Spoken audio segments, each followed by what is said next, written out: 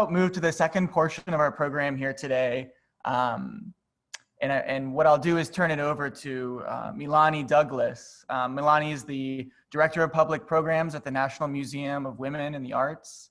She's also the founder of the Family Arts Museum, which I think she'll be sharing a little bit about today. And she is also herself a practicing artist, which we're gonna have the pleasure of engaging with via her project, Reclamation, Remedies, Recipes, and Rituals. We invite your participation. If you're able to come on to camera, there's going to be a conversation element to this, or if you're just able to unmute, I think after a short introduction from Milani, we'll all get a chance to participate. So thank you again, everyone, for being here. And Milani, I will turn it over to you. Hi, everyone. Thank you so much for coming to this event. This is my second time at the Tom Tom Festival, and it is an absolute pleasure. I am glad to be here with you today to just talk about the Family Arts Museum and talk about the project that I'm doing with the Women in the National Museum of Women in the Arts. And it is absolutely incredible, and we're hoping to reclaim some of the spaces that we are now all in. It's so interesting that these times have all, in some interesting way, brought us back into the same place with a deeper relationship with home, with family, and with community. No matter what your challenges are, in some way, shape, form, or fashion, we can all connect with having some relationship too, even if it's a desire for family, for home, and for community. And so I want to tell you a little bit about the Family Arts Museum and how I got started. I literally was in graduate school with a 18-month-old baby, and who was crazy enough to do that. And so I went to graduate school and I started the Family Arts Museum. I'm going to see if I can share my screen here and then give you a little bit about it, and then we're going to do a guided meditation together. So let me share this screen.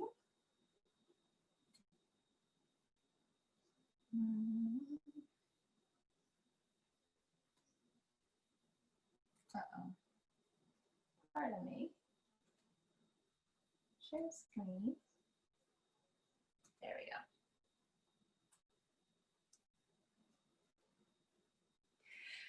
So I started out at Micah at graduate school, and that's my daughter in the background. You will probably see her in every single picture that there is. If there's a newspaper article or anything that's a picture of me, she's going to be there.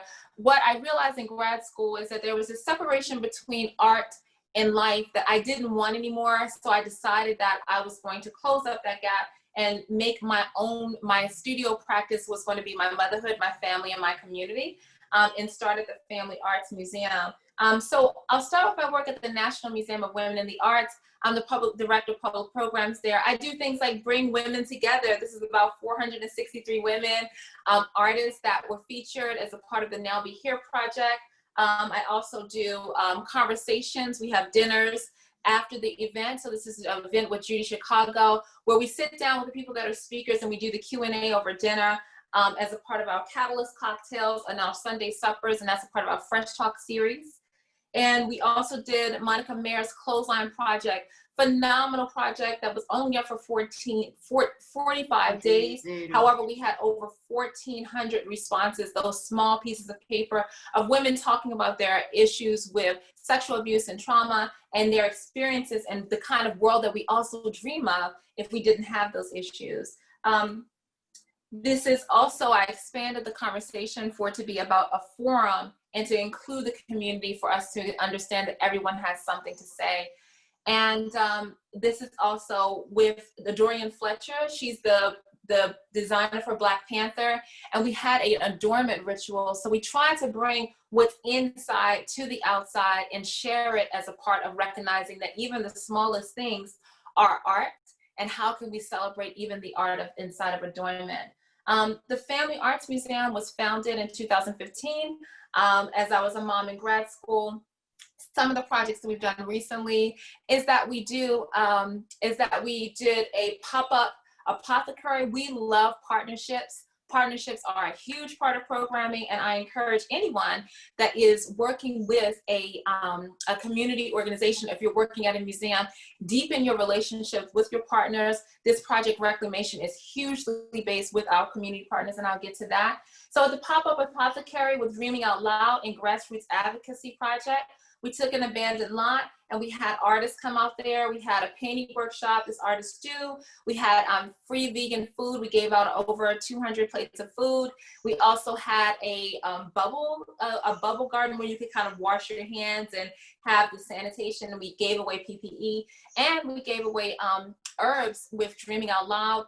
We had made herbs and an apothecary there, talked to the community about voter registration and also different natural herbs that were found in the community that we could also make herbs from.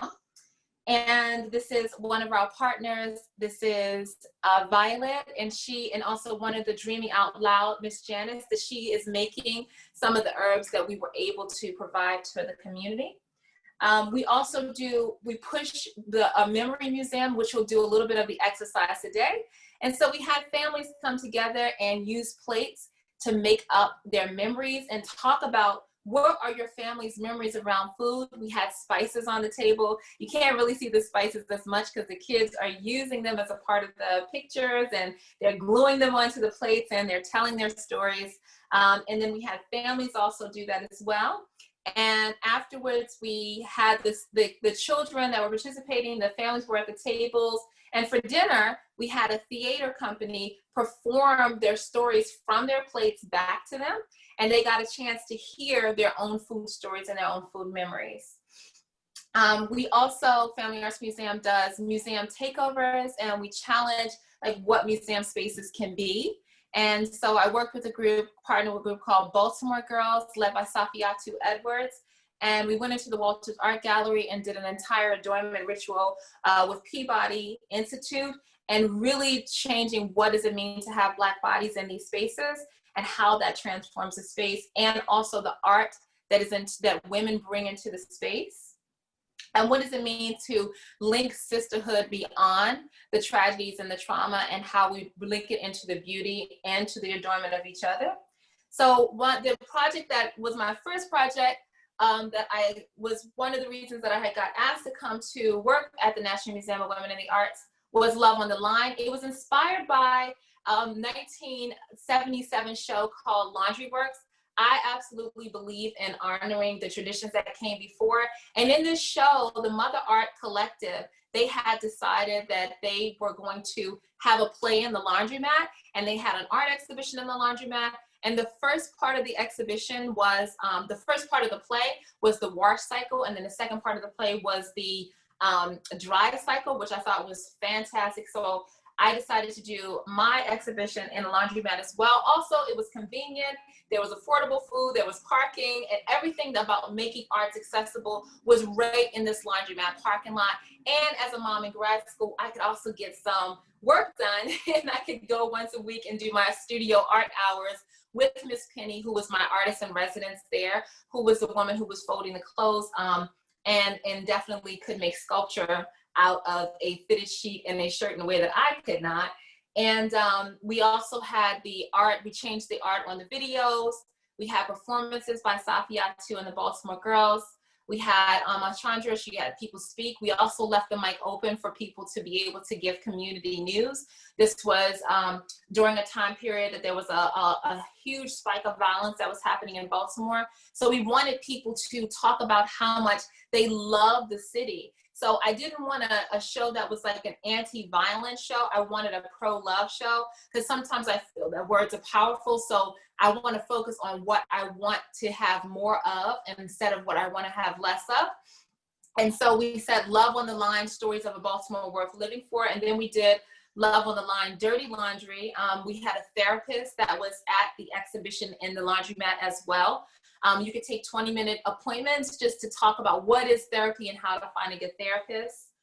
We also had people write love stories. This is a mother and a daughter that were here at the laundromat show, and we had people write love stories to Baltimore. So we gave them printed out pieces of clothing, and they got to decorate it and tell what they loved about Baltimore and what was worth living for.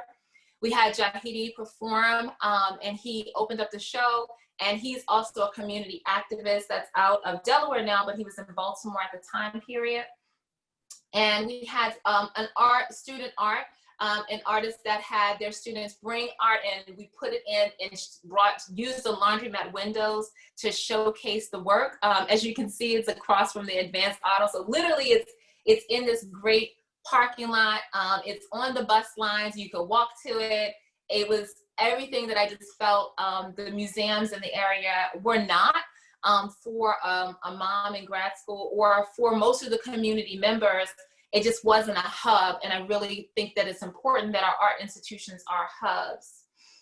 This was one of my favorite stories, in where the Karen Somerville had a picture of her dad having her in a baby case, and how she came to Baltimore, how Baltimore was the reason, her dad was the reason that she loved Baltimore and growing up there. And even some of the kids filled out some. And this is at the very end of the show. We had got like maybe over 100 people packed in the laundromat. And the way that you could get into the show is that you had to bring clothes to wash. And you also had to bring, when you came in the door, you got a bag that had this clip bag that had that laundry sheet right there. And you also had a laundry clip. And then you got 2 dryer sheets, and you got a pod. And so I also want to, so that's a little bit about my background for it. And then I want to talk to you about the project that we're working on right now called Reclamation. And Reclamation is with the National Museum of Women in the Arts, a part of the Women, Art, and Social Change Project. And this is focusing on bringing any champions of women together, using art as a vehicle for social change. And Reclamation is about collecting recipes, remedies, and rituals. And we will share the link that you're able to upload your pictures. And after we do our exercise, I hope that people are willing to upload it and learn more about the project. And we'll share the link to that as well. So I would like to, I'm going to stop sharing that screen. Okay, can everyone see me? Okay, good, because I just wanted to get a chance. So the reason that I started Reclamation, Remedies, Recipes, and Rituals is when I was doing the Memory Museum, I had this man come and tell me this very fascinating story. And I had to, thank you, Louisa, I appreciate that. I had to talk to him. He first of all, he came and he said that his name was Don George. And I said, Mr. George, and he was telling the story, and I still have his plate upstairs, about his father's, his grandfather's anchovy spaghetti sauce recipe. Now, and he was in such detail, and you could tell that this was something that was literally bringing tears to this man's eyes. And I said, Mr. George, I said, with all due respect, how is it that I said, is this your mother's father? He said, no, it's my father's father. And I said, okay, so how did you get your name George? And I said, because this Mr. George sounds like it would come from with an Italian and the anchovies and all these things that you're saying. Nick George says his last name is George too. I would say you might be related, except there's a little twist to the story. So Mr. George was beginning to tell me about, I said, for someone with the last name George, it seems like there'd be more to that last name, because all these recipes and these anchovies and the tomato sauce, this is a very rich recipe. And I said, so is it really Don George, or is there more to your name? And this man, he probably was about maybe 70 to 75, 80 years old. And first of all, I was so pleased that he participated in the Memory Museum and was able to write his story out on the plate. And Mr. George told me that his family's name was actually Giorgiano, and that it had this, and it was a much longer Italian name that he had. But when his family had came over, their name was cut off, and they weren't able to have the rest of their family history. And I said, this is interesting. I said, well, do you know how to make this recipe, this anchovy recipe? He says, no, I don't know how to make it. I said, do you still speak the language? He said, well, I speak some of the language, but there's certain recipes that I do remember. So we talked about the recipes that we remembered, and we talked about the songs. So that was one, and I said, this is interesting. A lot of times when we think about the story of America, we only think about that we forget to tell the story about how everyone lost something in the process of viewing Black bodies as commerce and white bodies as well. So by becoming white, there was something that you had to give away. And Mr. George had given away his Italian name, had given away some of the recipes, had given up some of that heritage. Another story that I found interesting is that during the last election, I had posted up on Facebook, I posted a story and I said, can anyone tell me, what is your family's recipe for hot toddy? And everyone's family recipe was, it has something to do with liquor, it has something to do with honey, it has something to do with lemon.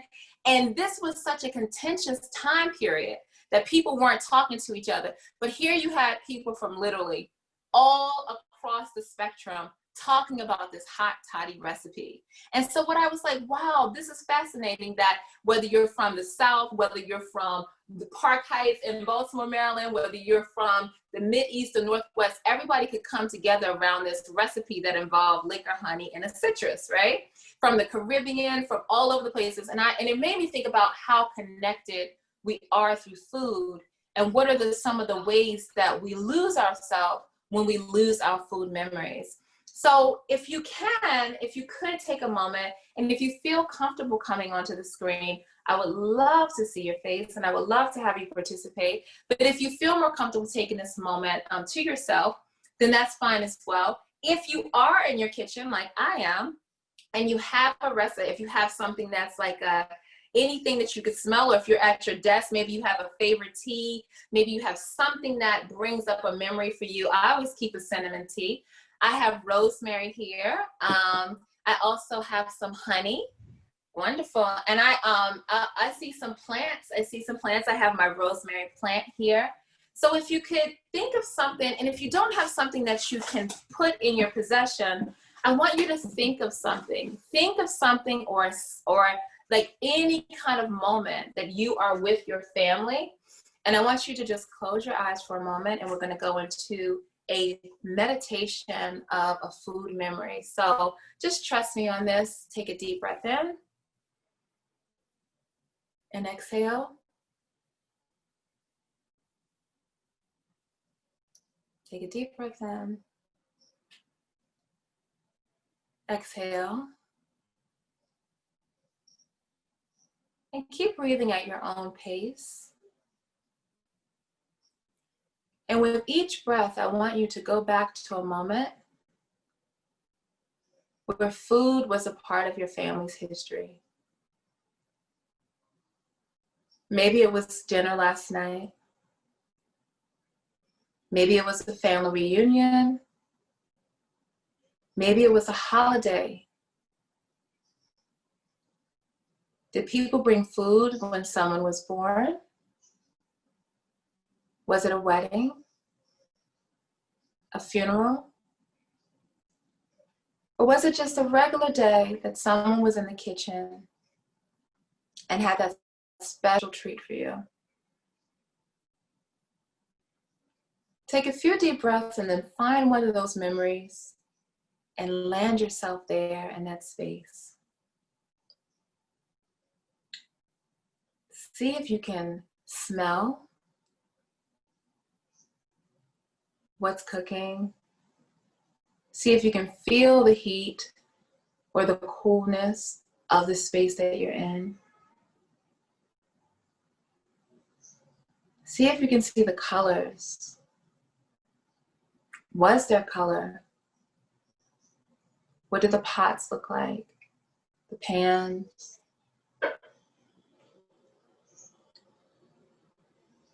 Find something, a memory, that the moment that makes you smile and why you are here. Think about the dish that is your favorite dish and what's the story of that dish? Was it a dish that was passed down? Was it a dish that you learned how to make? or that you wish you could find the recipe for. Sit for a moment and just be in that space of memory. And if you like, you could stay there, or you could find another memory.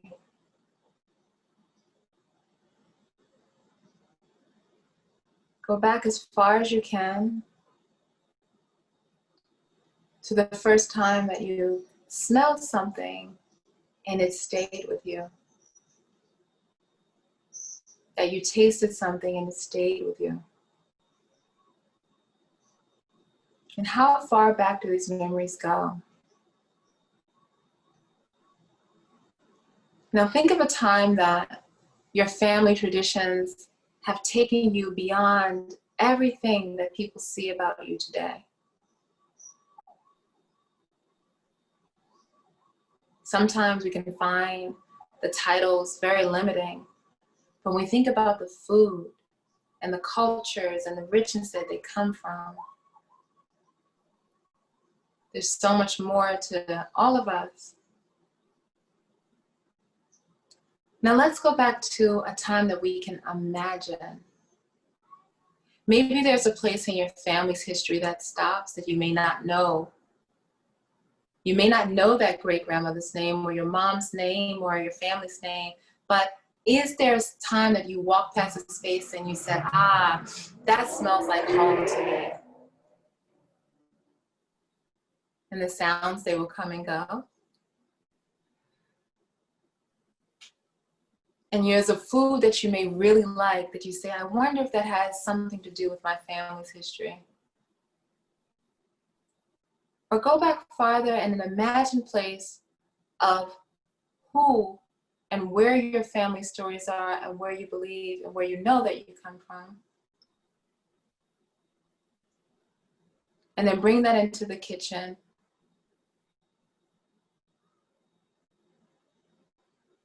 And think about your space now. What are some things about your family's food memory that you can include in your kitchen today?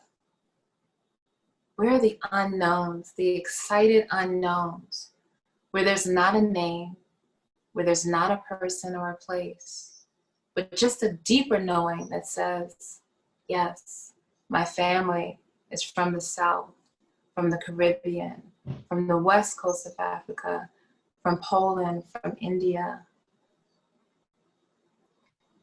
Think of the deep knowings that you have, the smells that you like.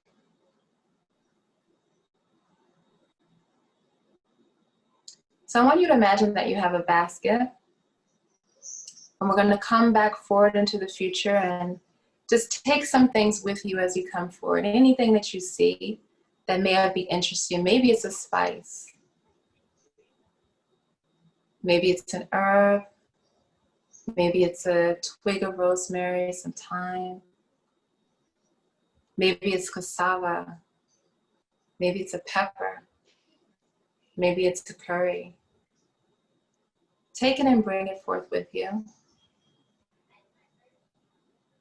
And make a commitment to explore something new in that basket. Take a deep breath. Release. Bring yourself back to where you are. And open your eyes when you're ready. And if you feel comfortable, you can come on camera. Maybe we could have a conversation about food memories and food stories and the spaces that we create now for ourselves that open us up to a deeper past, and how sometimes food can fill in the unknown spaces or keep the known spaces alive. So if there's anything that you have to contribute to that, or anything that you would like to share about your journey of what you just saw, I would love to hear from anyone. Can I go? Sure. So, hello. Sorry, I had my music going in the background. Okay. Music is good in the kitchen. And I was actually going to mention that because most of my memories growing up in the kitchen are connected to like music and conversation. Um, I find myself or found myself during that exercise remembering my grandmother. My parents immigrated from Trinidad and Tobago, and I feel that I kind of anchored myself in the food as a part of the culture. Cooking stuff like um, whether it's curry chicken or callaloo or making ginger beer or frying up plantain, like those feel more comfortable to me than like, I don't know, a fast food smell. What does fast food smell like? Chlorine and cheese? That's that's um it doesn't feel as comfortable. I feel more comfortable in the kitchen. That's like the most comfortable room in the house. And smells like cinnamon or bay leaf, citrus, like stuff like that. Feels more safe. There's probably a counseling exercise in there somewhere just about the somatic journey that cooking takes you through. But oh, I'm sorry, Ben. I don't mean to make you hungry. But yeah, you know, I kind of own that part of my heritage and my identity more so than American, just because it feels more real. Because I've seen my grandmother making it. I've seen my mother sweating over the stove, and my dad boasting about his peanut punch. So, yeah, I that's love that. I love that. Thank you for sharing. That's absolutely beautiful. I think that it's so interesting when we can share. Where'd you go, Nick? my fault. Ah! I was like, don't leave us. Okay. You know, I think it's so beautiful that, you know, how quick the smell is one of the most potent memories. That when we even go past something, the smell is something that can drop you back into a time period. It's almost to me like a portal. It's almost like, you know, like some sort of Star Trek portal. Like maybe that's where it started, with smelling something and immediately you're somewhere else. So I think that's so powerful. I can't smell Noxzema and not think of my grandmother. Uh, She, Did they have Limacol? yes. Oh God. Yes. Yes. So it's so interesting. So I am Black American. My family's deep, deep, deep in the South. But when I have some family in Bermuda, and when I went to Bermuda and I smelled Limacol, and I was like, I don't know why that connected me to this citrus tonic that my grandma would make, and that it just had that strong scent to it. And you know, I'm from Baltimore, Maryland, with my family in Greenville, South Carolina. But our roots go back, you know, to through St. Lucia, and but we're like 7 generations here. We're deep, deep, deep here. But so it's interesting how that connection, and how sometimes the little things like the Limacol and what else was it, but Badidas and all kinds of stuff will connect us in ways that are often surprising. Thank you for sharing that, Nick. If you can stay with us, stay with us. Yeah. No, I'm great. moving around a bit. I'm cleaning up my my classroom before the kids come in soon. So. Okay, awesome. Okay, well that's good. So we'll give you, that's fine. We'll give you an excuse. Thank you for sharing though. Is there anyone else that wanted to share what that exercise did for them?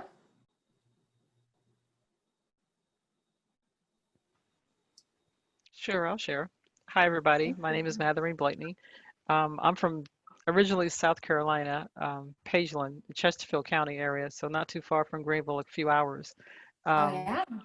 One of my memories definitely was my mom cooking polk salad, polk, P-O-L-K salad. It grows wild. So Mm-hmm. I see, okay, Emmy? Yes. So it's kind of one of those, yeah, it's one of those, when you see it, it just automatically brings back that distinct aroma. And I can't even describe it, but it's one of those things, you know it when you smell it, and it's just wow. And with the onions when they cook it, and my mom used to cook these larger sized biscuits. So I mean, I think she was onto something, because the kids used to pick it up, so my mom would make those large sized biscuits about like Bing But now these days they make the biscuit so small, it's like, man, that's not a biscuit. But anyway, long story short, that's what I remember, especially with the poke salad. When I see it along the highways, sometimes I want to stop and pick it, but I can't do that because I don't know how to cook it. But but one day I will step out and do that. But also I trace my family lineage and also had this taste for cabbage and roast beef. Never could figure out why that was, but I did find out I was part Irish. So there you have it. There you have it. Yes.